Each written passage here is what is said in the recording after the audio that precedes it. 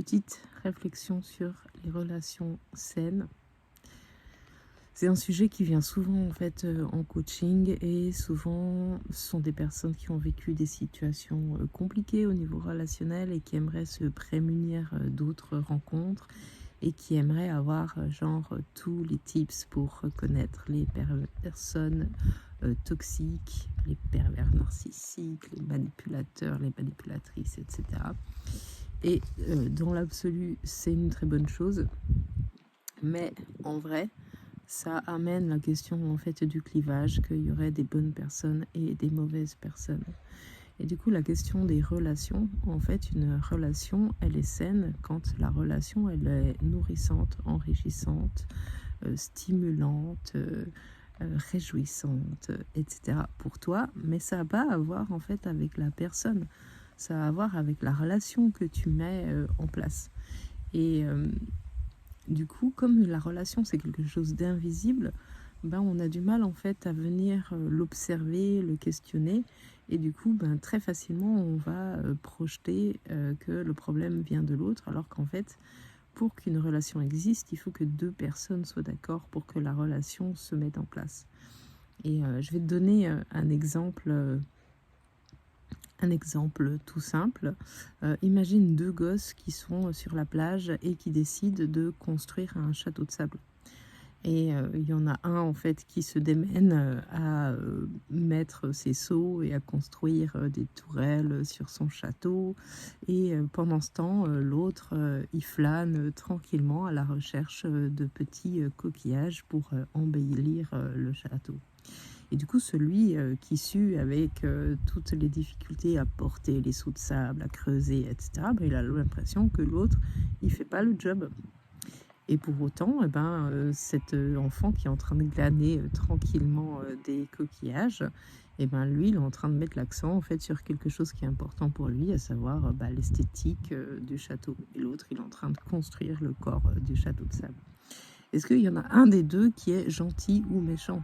En fait, non, ils ont juste une façon d'approcher le projet qui est le projet de construire un château de sable qui est complètement différente. Ok? Donc à aucun moment tu te dirais « Ouh là là, cet enfant est gentil, ouh là là, cet enfant est méchant » sous prétexte qu'il y en a un qui fait une partie du job et l'autre partie. Ok? Ils pourraient très bien, par exemple, décider ensemble de différentes étapes. D'abord, on construit le corps du château et après, on va chercher les coquillages ensemble. Ou alors, toi, tu es super fort pour trouver des coquillages et toi, tu es super fort pour porter les seaux et on va se partager le travail de cet objectif ensemble. Du coup, en fait, ça requiert de la communication pour savoir en fait où est-ce qu'on va et comment on le fait. Et du coup, une relation, en fait, elle a aussi un objectif et il y a besoin en fait de se répartir des tâches possiblement sur un objectif. Je te donne un autre exemple, toujours avec un château de sable. Imagine que deux enfants choisissent de faire un château de sable et qu'il y en a un qui va chercher les seaux, construire son château de sable, et l'autre, il attend patiemment que la tour soit construite pour la piétiner. Ça devient toxique en fait, parce qu'il y en a un qui non seulement ne sert pas l'objectif de la relation, mais qui en plus s'attelle à la détruire. Ok? Mais l'enfant qui a choisi de faire ce château de sable avec celui qui veut bien le piétiner, il a aussi une responsabilité de dire « Écoute, en fait, je veux plus jouer avec toi, je veux aller construire mon château de sable tout seul, parce qu'en fait, ça m'intéresse pas d'avoir quelqu'un qui le détruit. » Autant ça pourrait être aussi un jeu rigolo de « Vas-y, on peut jouer à moi je construis et toi tu détruis, on verra à quelle vitesse qui avance vers quelle possibilité en fait de château de sable, tu vois. » Donc, tout ça, ça met en perspective la façon dont on se met en relation. Et du coup, la question de la relation saine ou toxique, en fait, elle existe qu'à travers les objectifs que tu as posés et la façon dont tu protèges ces objectifs. Une relation, c'est comme un trésor commun, c'est quelque chose qu'on investit à deux. Et du coup, si on veut investir ça correctement à deux, c'est important de se mettre au clair sur quel est l'objectif de la relation et de veiller à tout ce qui ne de veiller à protéger l'objectif et à exprimer en fait des limites et un positionnement clair quant à protéger l'objectif. Mais si toi t'es déjà pas au clair de c'est quoi l'objectif de cette relation, Si vous n'en avez pas discuté ensemble, ben forcément, en fait, il y a de fortes chances que ça ne matche pas.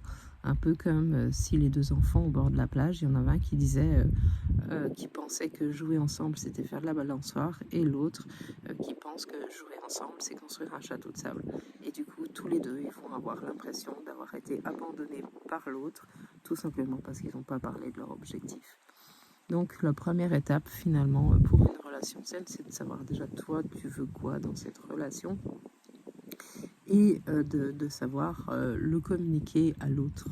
Et ça c'est déjà juste un truc qui change tout. Souvent en fait on peut le faire dans les relations amoureuses parce que c'est quelque chose qu'on formalise, où on a des attentes claires et on veut être en couple, on veut pas être en couple, on veut être un couple ouvert, on veut être un couple engagé avec un seul partenaire, peu importe. En fait, il n'y a pas de bonne ou de mauvaise façon de faire ça. Il y a juste, est-ce que déjà j'ai été authentique avec ce que je voulais et j'ai vraiment dit ce que je voulais à l'autre, hein, parce que si tu dis que tu vas faire de la balançoire mais qu'en fait tu as envie de faire un château de sable, bah, c'est un peu ton problème.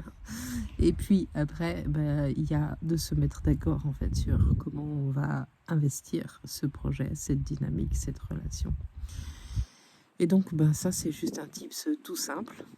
Et bah, observe, toi, est-ce que tu es au clair sur à quoi elles te servent tes relations, comment tu as envie de t'en nourrir, qu'est-ce que tu as envie en fait que ça t'apporte et comment tu communiques en fait sur tes objectifs de relation.